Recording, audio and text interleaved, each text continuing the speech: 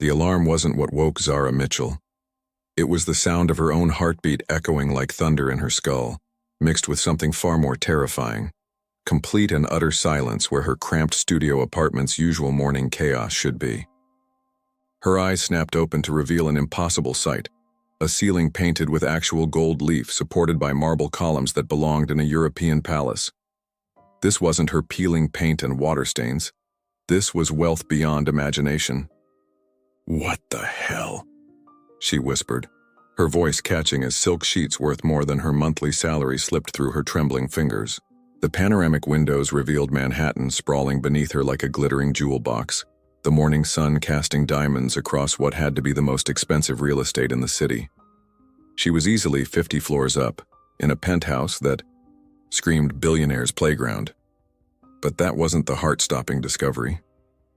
On the pillow beside her, surrounded by tousled black hair that caught the morning light like spun midnight, lay a face that had graced countless magazine covers. Sharp jawline, aristocratic cheekbones, and even in sleep, an aura of power that made the air itself seem to bend around him. Adrian Blackwood, tech empire mogul, richest man under 35. And, her blood turned to ice, the soon-to-be husband of Victoria Sterling, her soul-crushing boss at Sterling & Associates.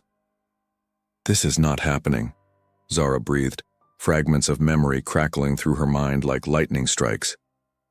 Maya's bachelorette party, the exclusive rooftop bar where drinks cost more than groceries, a scavenger hunt that had gone wildly off course, and tequila, dear God, so much tequila that her liver was probably filing a formal complaint. Adrian's emerald eyes fluttered open, focusing on her with the slow precision of someone emerging from deep sleep. For exactly 3 seconds, he looked peaceful, then recognition hit like a freight train. "Jesus Christ," he muttered, his voice a low rasp that sent unwelcome shivers down her spine. "Please tell me you're a hallucination brought on by too much whiskey. Please tell me you're not marrying my boss in 2 weeks." Zara shot back, clutching the sheet like armor against the mortification threatening to consume her whole. They stared at each other across the vast king-sized bed, both frozen in mutual horror. The silence stretched between them, heavy with unspoken questions and the kind of panic that made people do stupid things like fake their own deaths and move to remote islands. "Did we?" Adrian started. "I don't know," Zara interrupted, her voice cracking. "I don't remember anything after your groomsmen convinced me that tequila shots were a cultural experience." "Marcus and his brilliant ideas," Adrian groaned, running both hands through his hair. "Nothing happened. It couldn't have happened. I would remember." He stopped abruptly, his face paling. "Wouldn't I?" The sound of a key turning in the lock shattered the morning air like breaking glass. "Adrian, darling." Victoria Sterling's voice rang through the penthouse with the authority of someone who owned everything she surveyed. "I brought breakfast from Balthazar." Zara's world tilted sideways. Victoria's heels clicked against marble with the rhythm of an execution march, each step bringing doom closer to their doorstep. "Hide," Adrian hissed, his eyes wide with the kind of terror usually reserved for natural disasters. "Where?" Zara whispered back frantically, looking around the minimalist bedroom that offered about as much cover as a goldfish bowl. The footsteps were getting closer. In 5 seconds, Victoria would walk through that door and Zara's life would end in the most spectacular fashion possible. "Adrian, are you awake, my love?" Victoria called out, her voice honey-sweet but with an undertone that could cut glass. In a moment of pure desperation, Zara rolled off the bed and army-crawled behind the floor-to-ceiling curtains just as the door handle turned. Her heart hammered so hard she was certain it would give her away, but she pressed herself against the cold window and prayed for invisibility. Victoria Sterling glided into the room like a predator in designer clothing, her platinum hair perfect despite the early hour, wearing a cream Chanel suit that probably cost more than most people's cars.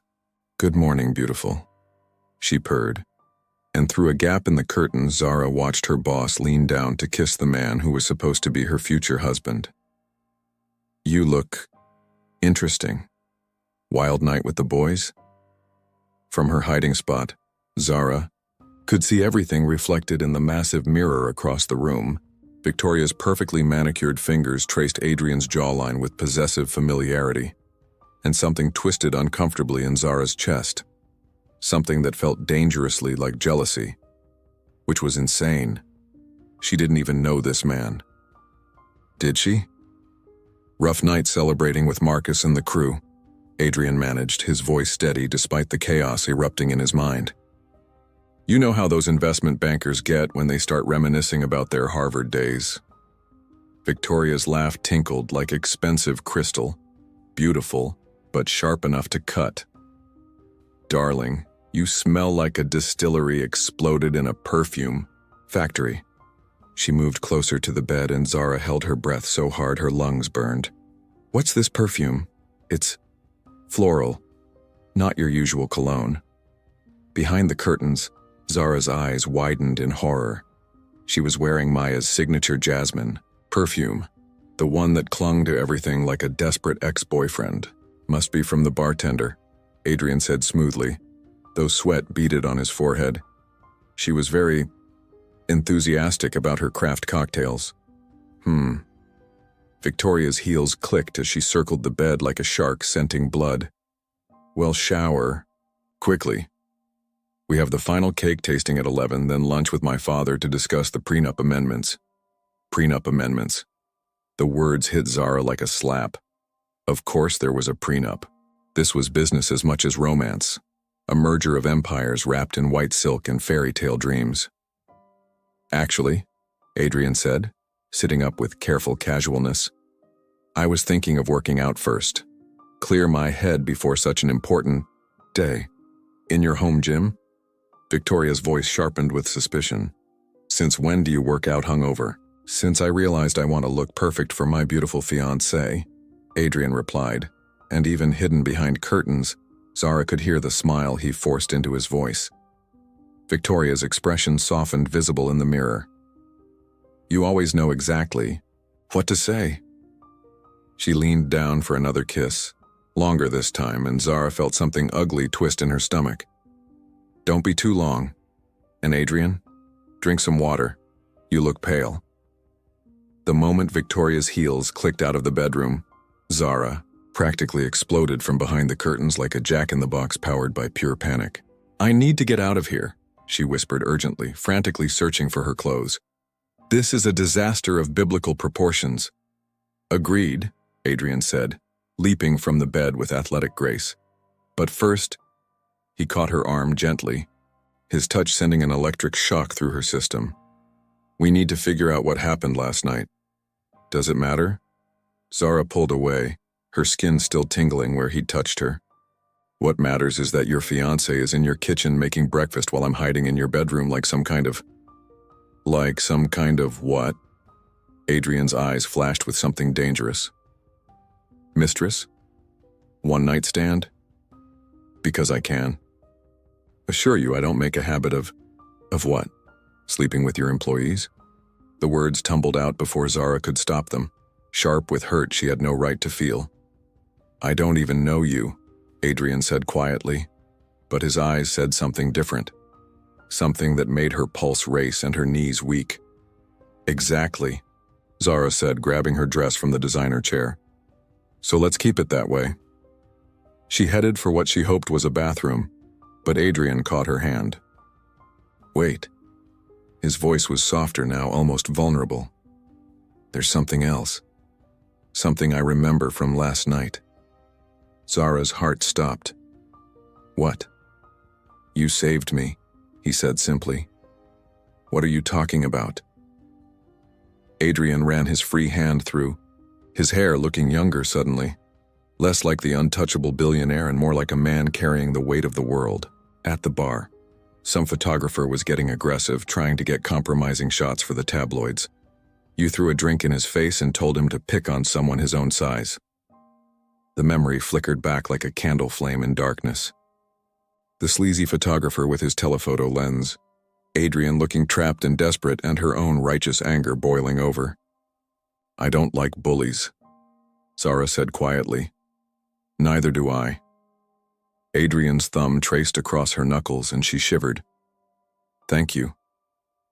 They stood there in the golden morning light, hands connected, something electric and dangerous crackling between them. For a moment, the world narrowed to just this: his green eyes, her racing heart, and the impossible pull she felt toward this man who was supposed to be forbidden. "Adrian?" Victoria's voice floated up from downstairs. "The coffee's getting cold." Reality crashed back like a bucket of ice water. "I have to go," Zara whispered, pulling her hand free. "How?" "Victoria's downstairs, and this is the 52nd floor." Zara's eyes lit up with desperate inspiration. "The service elevator. There has to be one for staff and deliveries." Adrian stared at her like she'd suggested they sprout wings and fly. "You want to sneak out through the service areas? Unless you have a better idea?" He was quiet for a moment, then smiled. The first genuine smile she'd seen from him. It transformed his entire face, making him look less like a magazine cover and more like someone she might actually want to know. "Follow me," he said. "But if we get caught, I'm blaming you." "Deal." Zara grinned back, and for the first time since waking up in this impossible situation, she felt like maybe, just maybe, everything might actually work out okay. The service corridor behind Adrian's penthouse looked like something from a spy movie. Pristine white walls, security cameras at every corner, and the kind of silence that made even breathing feel like a crime.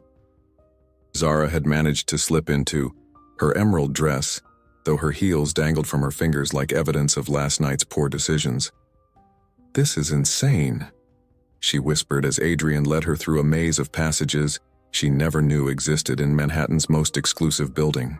"Insane is my middle name," Adrian replied, dressed hastily in yesterday's shirt and dark jeans that probably cost more than her monthly salary. "Well, technically it's Constantine, but insane fits better right now." Adrian Constantine Blackwood. Even his middle name sounded like royalty. They reached the service elevator and Adrian pressed his hand against a biometric scanner. The door slid open with a whisper, revealing an interior that was somehow both utilitarian and luxurious. Brushed steel walls with subtle LED lighting that made everything look like a scene from a high-budget thriller. Biometric scanners on the service elevator. Zara raised an eyebrow as they stepped inside. "When you're worth $12 billion, paranoia becomes a lifestyle choice," Adrian said dryly, pressing the button for the parking garage. "Plus, I designed the security system myself. Trust me, it's foolproof." The elevator began its descent, and in the enclosed space, Zara became hyper-aware of everything about him. The way he smelled like expensive cologne mixed with morning warmth, the barely visible scar along his jawline, the nervous energy radiating from his perfectly composed exterior. "Can I ask you something?" she said, breaking the tension that seemed to thicken with each passing floor. "Besides, how do I get out of this nightmare?" Adrian's mouth quirked upward. "Sure. Why are you marrying her?" The question hung between them like a live wire. Adrian's jaw tightened, and for a moment she thought he wouldn't answer. "Victoria and I," he began slowly, "we make sense on paper. Our families have been friends for generations. She understands the business world, the pressure, the expectations. She's brilliant, ambitious, and she knew what she was signing up for when she said yes." "That's not what I asked," Zara said quietly. The elevator chimed softly as they passed the 20th floor. Adrian studied her reflection in the polished steel doors, his green eyes unreadable.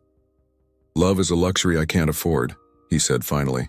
"When you're responsible for 30,000 employees and their families depend on your decisions, personal feelings become complicated."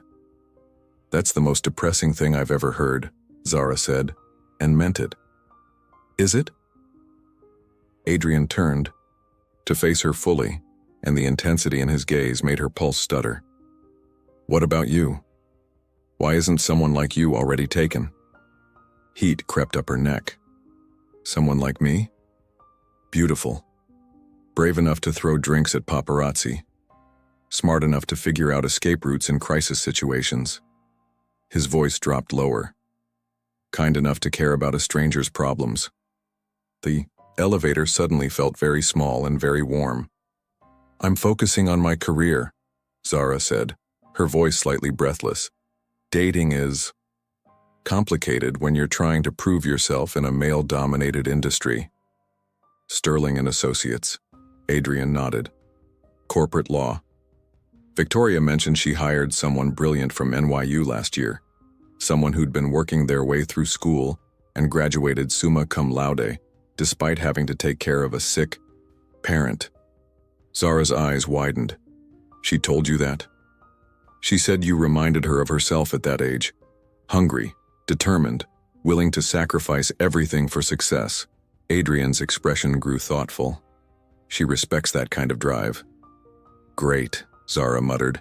"So when she finds out about this morning, she'll murder me with professional admiration." The elevator chimed again, 10th floor, almost to freedom. "There's something else," Adrian said suddenly. "About last night, I remember more now." Zara's stomach dropped. "What kind of more?" "We talked for hours, on the rooftop of the Meridian Bar, after your friends left with my groomsmen." His eyes never left hers. "You told me about your mother. How she worked 3 jobs to put you through college before she got sick. How you're still paying off her medical bills even though she passed 2 years ago." The breath left Zara's lungs in a rush. She rarely talked about her mother, especially not to strangers. "I don't remember that. You also told me that you became a lawyer because you wanted to protect people who couldn't protect themselves. That corporate law pays the bills, but your real dream is to start a legal aid clinic for families dealing with medical bankruptcy." Tears pricked at Zara's eyes. "Adrian, stop." "And I told you," he paused, running a hand through his dark hair. "I told you that I became an entrepreneur because I wanted to prove I was more than just my father's disappointment. That every company I've built has been an attempt to earn love I'll never receive." The elevator reached the parking garage with a soft ding, but neither of them moved to press the door open button. "We were both pretty drunk," Zara whispered. "Drunk people tell the truth," Adrian replied. "That's what makes it so dangerous." The silence stretched between them, heavy with implications and possibilities that neither could afford to explore. Finally, Adrian pressed the button. The doors slid open to reveal a parking garage that looked more like a luxury car showroom. Ferraris, Lamborghinis, and vehicles Zara couldn't even name, arranged in perfect rows under artful lighting. "I'll drive you home," Adrian said. "We can take the McLaren. It's the least conspicuous." Zara stared at the sleek silver supercar that probably cost more than most people's houses. "That's your idea of inconspicuous? Fine," Adrian grinned. And again she was struck by how different he looked when he smiled. Younger, more approachable, dangerously attractive. "We'll take the Prius." "You have a Prius?" "Environmental responsibility is very trendy among billionaires," he said solemnly, then ruined the effect by winking. "Plus, it has excellent gas mileage." Despite everything, the impossible situation, the career-threatening implications, the confused tangle of emotions in her chest, Zara found herself laughing. Really laughing for the first time since she'd woken up in silk sheets that cost more than her rent. "Adrian Constantine Blackwood," she said, shaking her head in amazement. "You are not at all what I expected." "Good," he said, opening the passenger door of a surprisingly ordinary blue Prius. "I'd hate to be predictable." As Zara slipped into the car, she caught sight of her reflection in the side mirror and barely recognized herself. Her hair was wild, her makeup smudged, and there was something different in her eyes, something that looked dangerously like hope. Which was ridiculous because in exactly 13 days, the man currently adjusting his rearview mirror would be walking down the aisle to marry her boss, and Zara would be sitting in the audience, pretending her heart wasn't breaking into 1,000 irreparable pieces. But for now, in this moment, speeding through the streets of Manhattan in a hybrid car driven by a billionaire who quoted environmental statistics and remembered her deepest secrets, she allowed herself to pretend that fairy tales might actually exist, even if they always seemed to end at midnight. The Prius pulled up to Zara's building in Astoria, a converted warehouse that had seen better decades with fire escapes that zigzagged down its brick facade like architectural scars. The contrast between Adrian's world and hers couldn't have been more stark if someone had designed it for maximum dramatic impact. "This is me," Zara said, unbuckling her seatbelt but making no move to leave. Somehow stepping out of this car felt like stepping back into a reality where last night had been a dream and this morning had been borrowed time. "Zara," Adrian's voice stopped her hand on the door handle. "What we talked about in the elevator never happened," she said quickly. "Just like this morning never happened. Just like last night never happened." "But it did happen." His eyes searched hers with an intensity that made her chest tighten. "All of it. And pretending otherwise won't change that." "Adrian." She turned to face him fully, memorizing the way morning light caught the green in his eyes, the slight stubble that made him look less like a corporate god and more like a man who'd had his world turned upside down. "In 3 hours I have to walk into Sterling and Associates and pretend I'm the same person who left on Friday afternoon. I have to sit in meetings with Victoria and act like I don't know what her fiancé looks like when he's vulnerable. I have to keep my job because unlike you, I don't have trust funds or backup billions. This is my life." Adrian was quiet for a long moment, his hands gripping the steering wheel. "What if I told you that you don't have to pretend?" "What do you mean?" "What if I told you that I've been thinking about calling off the wedding since the moment I met you?" The words hit her like lightning, brilliant, terrifying, and completely destructive. "Don't say that." "Why not? Because it's inconvenient. Because it's complicated. Because people like us aren't supposed to fall for each other in the space of a single conversation. Because it's impossible." Zara's voice cracked with emotion she'd been holding back since she'd opened her eyes in his bed. "Because you're Adrian Blackwood and I'm nobody. Because your world and mine don't mix, and fairy tales don't happen to girls from Queens who work 60-hour weeks just to keep their heads above water. You're not nobody," Adrian said fiercely. "You're the woman who stood up to a photographer twice your size because you saw someone in trouble. You're the woman who graduated summa cum laude while taking care of a dying parent. You're the woman who wants to use her law degree to help families like yours instead of making rich people richer." Tears burned behind Zara's eyes. "Stop. You're the woman who made me laugh at 4 a.m. while we were drunk on tequila and honesty. Who listened to me talk about my father without trying to fix me or tell me it wasn't that bad. Who made me remember what it felt like to be human instead of a corporate machine. Adrian, please. And you're the woman I can't stop thinking about, even though I've known you for less than 24 hours. And it's probably going to destroy everything I've spent my life building." The car fell silent except for the sound of their breathing and the distant hum of Monday morning traffic. Zara stared at him, this impossible man who'd somehow seen through every wall she'd built around herself, and felt something crack open in her chest, something that felt like hope and terror in equal measure. "Your wedding is in 13 days, she whispered. "I know. Victoria will destroy me if she finds out about this. She'll make sure I never work in law again. I know. And your families, your business relationships, the press, I know." Adrian reached across the center console and took her hand, his thumb tracing circles on her palm. "I know all of that. But I also know that I've been sleepwalking through my life for years, making decisions based on spreadsheets and strategic advantages. And for the first time, I want to make a choice based on something real." Zara's phone buzzed with a text message. She glanced at it and felt her blood turn to ice. "Maya. Girl, where are you? Victoria Sterling called looking for you. Said you missed your early morning check-in about the Henderson case. She sounded murderous." "I have to go," Zara said, pulling her hand free. "Victoria's looking for me." "The Henderson case? A hostile takeover defense. I'm supposed to have a brief ready for review by 10. Zara grabbed her purse, her mind already shifting into crisis management mode. "She's going to know something's wrong. I'm never late, never out of contact, never—" "Breathe," Adrian said gently.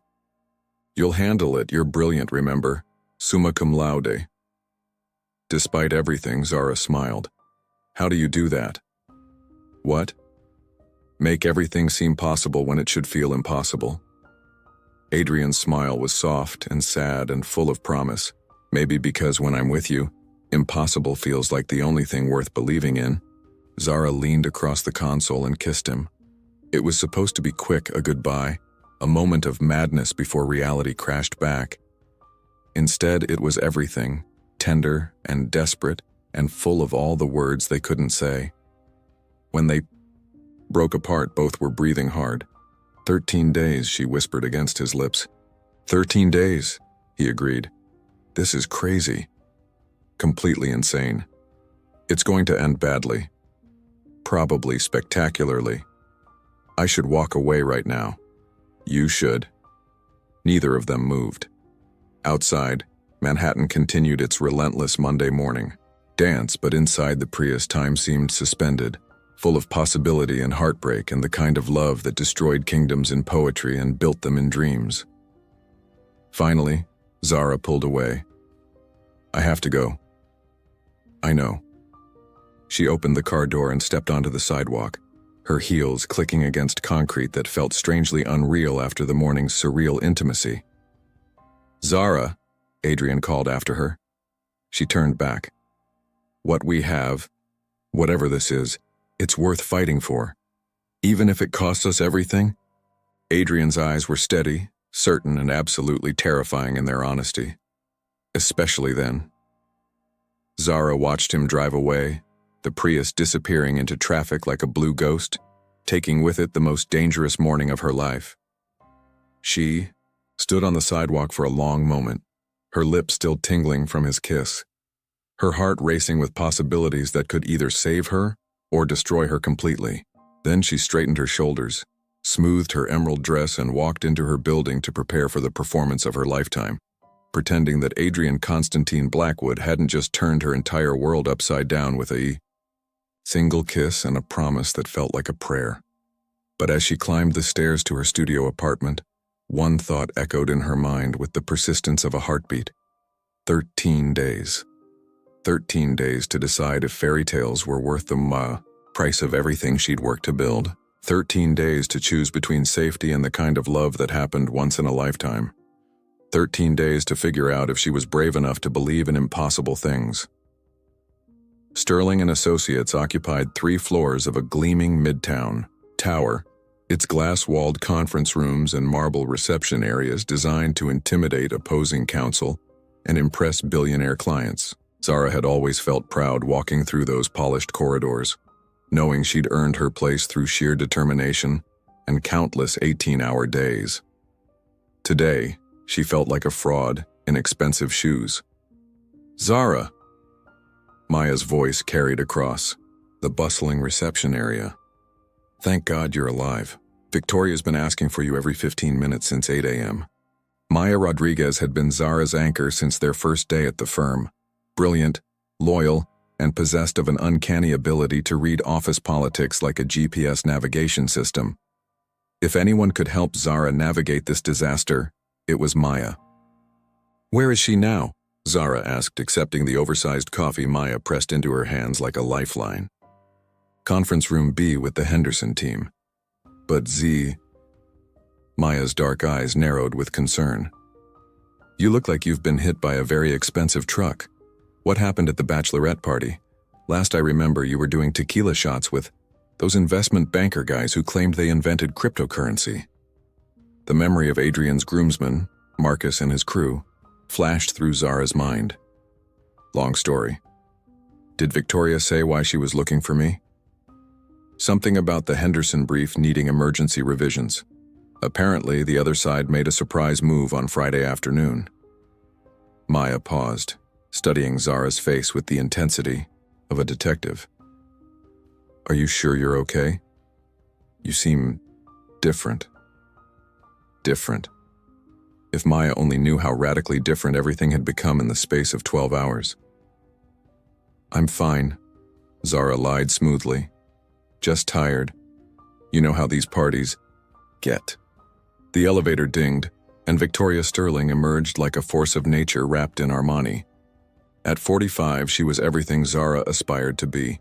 Brilliant, feared, successful enough to afford a Park Avenue penthouse and a wedding that would grace the society pages. Her platinum hair was pulled back in her signature chignon, and her ice blue eyes missed nothing. Zara. Victoria's voice could have frozen champagne. My office. Now. Maya shot Zara a look that clearly said, "Good luck surviving this." And Zara followed her boss across the floor, her heels clicking against marble with the rhythm of an execution march. Victoria's corner office was a monument to success. Floor to ceiling, windows overlooking Central Park, walls lined with awards and photographs of Victoria with politicians, celebrities, and titans of industry. Behind her mahogany desk hung a painting that had once belonged to a Rockefeller. "Sit," Victoria commanded, settling into her leather chair with predatory grace. Zara sat, folding her hands in her lap to hide their trembling. "The Henderson case," Victoria began without preamble. "I need you to explain to me how Whitfield and Associates managed to file a motion on Friday evening that completely undermines our defense strategy." Relief flooded through Zara's system.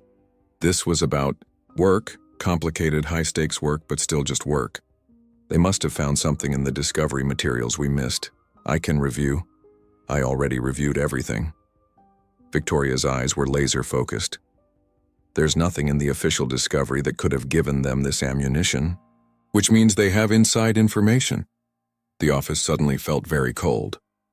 Inside information? Someone with access to our strategy briefed them on our approach. Victoria leaned forward, her gaze calculating.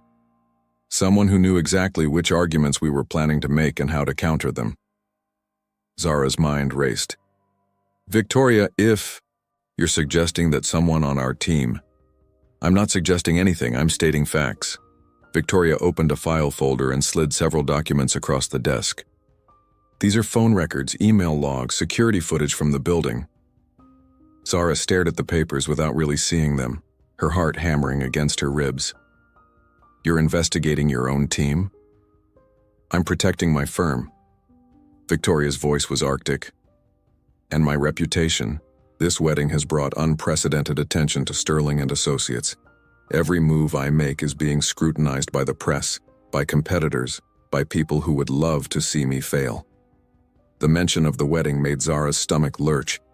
"Victoria." Which brings me to my next point. Victoria stood and moved to the windows, her silhouette sharp against the morning sky. "I'm concerned about you, Zara." "Concerned? You missed our 7 a.m. check-in. You're not answering your phone, and frankly, you look like you haven't slept." Victoria turned back to face her, and there was something predatory in her expression. "Where were you last night?" The question hung in the air like a blade. Zara felt sweat beading along her hairline despite the office's aggressive air conditioning.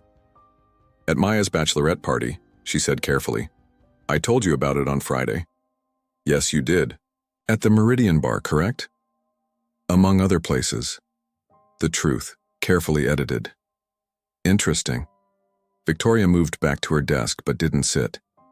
"Because I was at the Meridian myself last night, late dinner with some clients, and I could have sworn I saw you there, but you seemed to be occupied." Zara's blood turned to ice water. "Occupied?" "With a man, tall, dark hair, expensive suit. From a distance, he looked remarkably like..." Victoria's smile was sharp enough to cut glass. "Well, it's probably nothing. After all, what would you be doing talking to my fiancé?" The world tilted sideways. Victoria had seen them. Somehow, despite the crowds and the chaos and the supposed privacy of the rooftop, Victoria had seen them together. "I don't know what..." "You think you saw..." Zara began.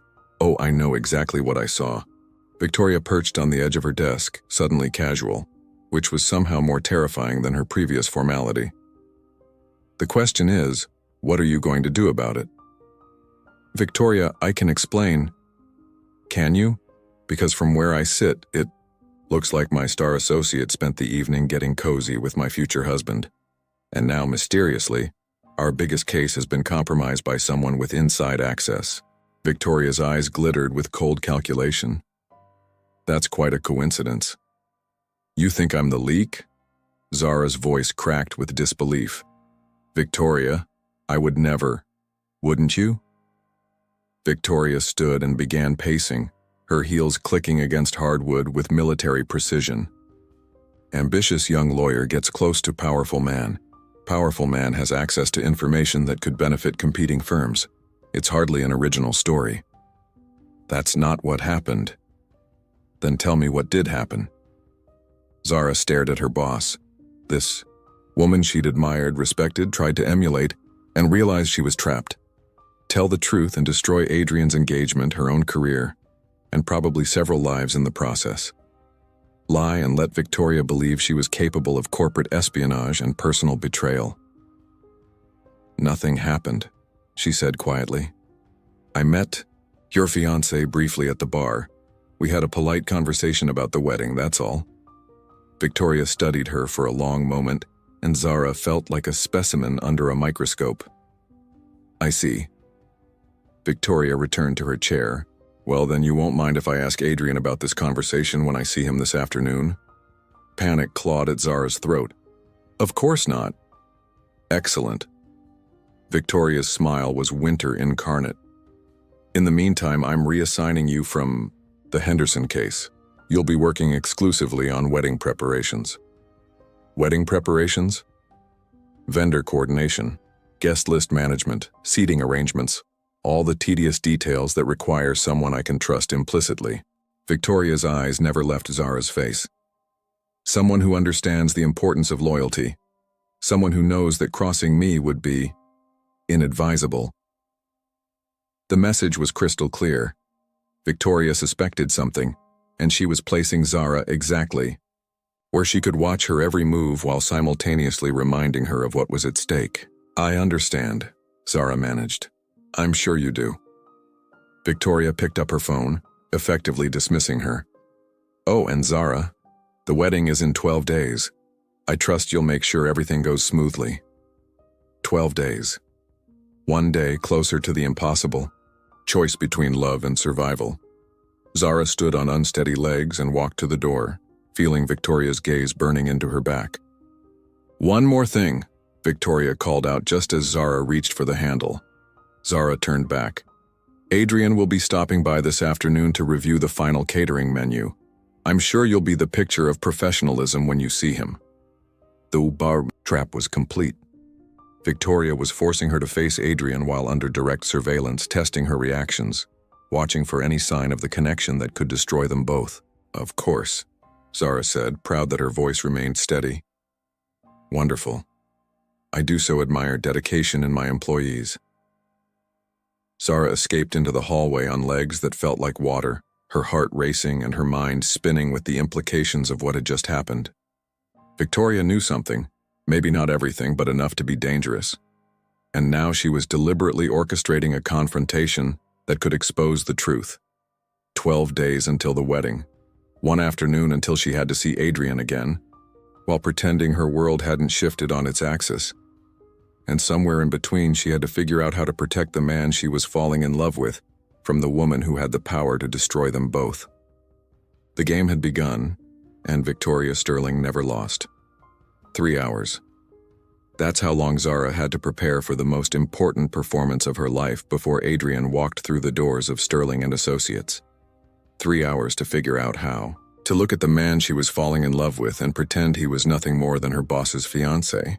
She spent those hours buried in wedding vendor spreadsheets, her hands shaking slightly as she coordinated flower arrangements for a ceremony that felt like her own funeral. Every detail was a reminder of what she stood to lose, or what she might be brave enough to fight for. The elevator chimed at exactly 2 p.m. Zara didn't need to look up from her computer to know it was him. The air in the office shifted, charged with an energy that made her skin tingle and her heart race. Conversations quieted, and she could feel the ripple of attention that always followed Adrian Blackwood wherever he went. Mr. Blackwood, Maya's voice carried from reception, pitched higher than usual. Ms. Sterling is expecting you. Actually, Adrian's voice was closer than expected. I was hoping to speak with Ms. Mitchell first, about the seating arrangements. Zara's fingers froze over her keyboard. This wasn't part of the plan. Victoria had specifically said he was here for the catering menu, nothing more. She looked up to find Adrian standing beside her desk, and the impact of seeing him again hit her like a physical blow. He was dressed in a charcoal gray suit that fit him like it had been designed specifically for his body, his dark hair perfectly styled, his green eyes holding secrets that made her breath catch. But it was the barely visible tension in his jaw, the way his hands were clenched at his sides, that told her he was struggling just as much as she was. "Mr. Blackwood," she managed, her voice professionally neutral, even as her heart hammered against her ribs. "Of course, let me pull up the current arrangements." He moved closer, ostensibly to look at her computer screen, but really to lean down and speak quietly near her ear. "Are you all right? Victoria said there was some kind of security issue this morning." His proximity was intoxicating. The scent of his cologne, the warmth radiating from his body, the memory of how it felt to kiss him just hours ago. "I'm fine," she whispered back. "But we need to be careful. She suspects something." "I know." Adrian's voice was grim. "She questioned me about last night. Asked very specific questions about who I talked to, what time I left, whether I went home alone." Fear clawed at Zara's throat. "What did you tell her?" "The truth. That I had too much to drink, talked to several people I didn't know, and yes, I went home alone." His eyes met hers and she saw the pain there. "Technically accurate since you didn't stay." "Adrian, Ms. Mitchell," Victoria's voice cut through their whispered conversation like a blade. "Is there a problem with the seating arrangements?"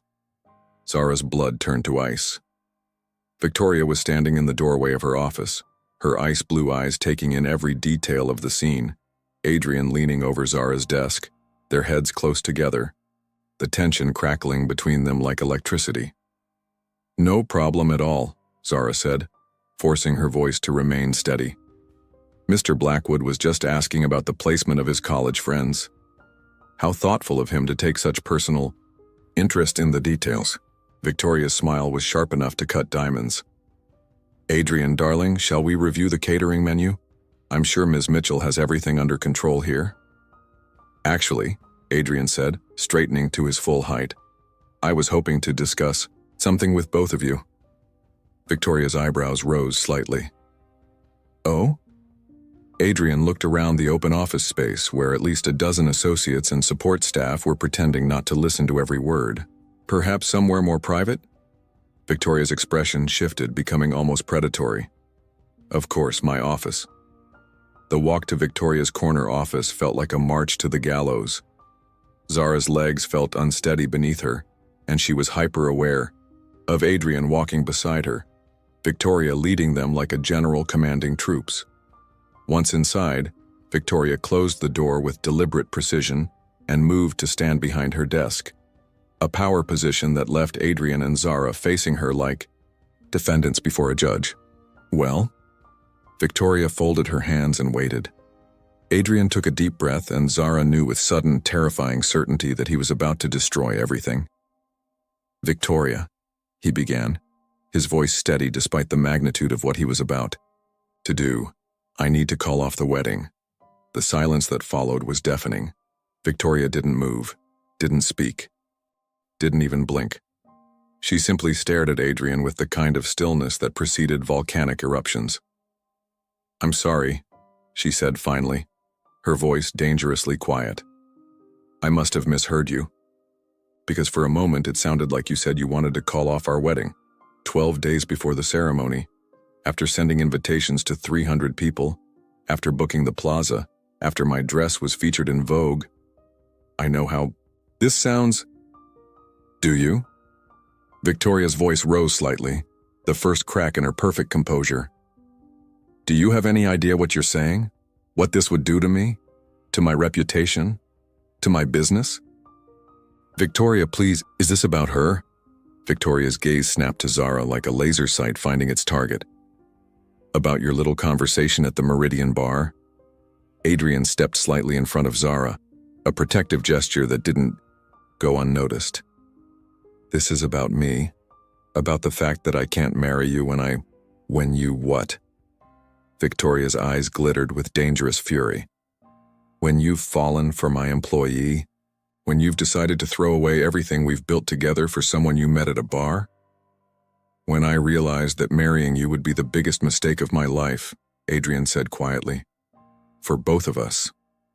Victoria laughed, but there was no humor in the sound. How noble, how romantic, and how incredibly naive. She turned to Zara. Do you think this is some kind of fairy tale? That love conquers all? Let me explain something to you, sweetheart. Adrian is worth $12 billion.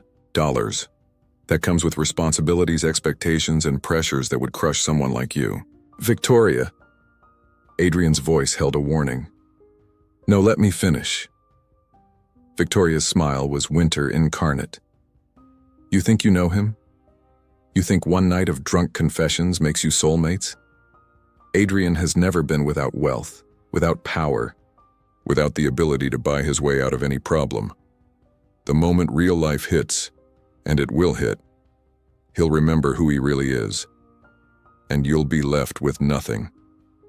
Each word was designed to cut, to destroy, to plant seeds of doubt that would grow into relationship-killing weeds. Zara felt them hitting their mark, felt her confidence wavering under the assault of Victoria's brutal honesty. You're wrong, Adrian said, but Victoria wasn't finished. Am I? Then let me make you an offer, Ms. Mitchell. Victoria leaned forward, her eyes never leaving Zara's face. Walk away, right now. Disappear from his life and I'll give you a recommendation letter that will get you hired at any firm in the country. Partner track, 7-figure salary, everything you've worked for. The offer hung in the air like poisoned honey, sweet, tempting, and ultimately deadly. And if I don't? Zara heard herself ask. Then I'll destroy you. Victoria's voice was conversational, almost friendly. I'll make sure you never work in law again. I'll tie you up in lawsuits until you're bankrupt. I'll make your life so miserable that you'll wish you'd never been born. Victoria. Adrian's voice cracked like a whip. This is business, darling. I've spent 15 years building Sterling & Associates. I won't let some nobody from Queens destroy what I've created because she thinks she's in love with my fiancé. Zara stared at this woman she'd once admired, seeing clearly for the first time the ruthless ambition that had driven Victoria to the top of her profession. There was no mercy here, no understanding, only the cold calculation of someone who viewed people as assets to be managed or obstacles to be removed. Choose, Victoria said simply. Love or survival, fairy tale or reality, but choose quickly because my patience is wearing thin. The silence stretched between them, heavy with threat and promise, and the weight of impossible decisions. Zara looked at Adrian, seeing the hope and fear warring in his green eyes, the way his hands were clenched at his sides as he waited for her answer. She thought about her mother, who had worked 3 jobs to give her daughter a chance at a better life, about the medical bills still hanging over her head like storm clouds, about the years of 18-hour days and sleepless nights that had brought her to this moment. And then she thought about waking up this morning in silk sheets, about Adrian's laugh in a hybrid car, about the way he'd seen past all her walls to the dreams she'd hidden even from herself. She thought about the choice between safety and love, between the life she'd planned and the life she'd never dared to imagine. Victoria, she said finally, her voice steady and clear. You can take your offer and shove it. Victoria's face went white with rage. You'll regret this. Maybe, Zara admitted, but I'd regret walking away more. Adrian's smile was like sunrise after the longest night. He crossed to her in 2 strides and took her hands in his, and suddenly, the office, Victoria's threats, the impossible odds, none of it mattered. Are you sure? He asked quietly. Because there's no going back from this. I'm sure, Zara said and meant it. But we're going to need a really good lawyer.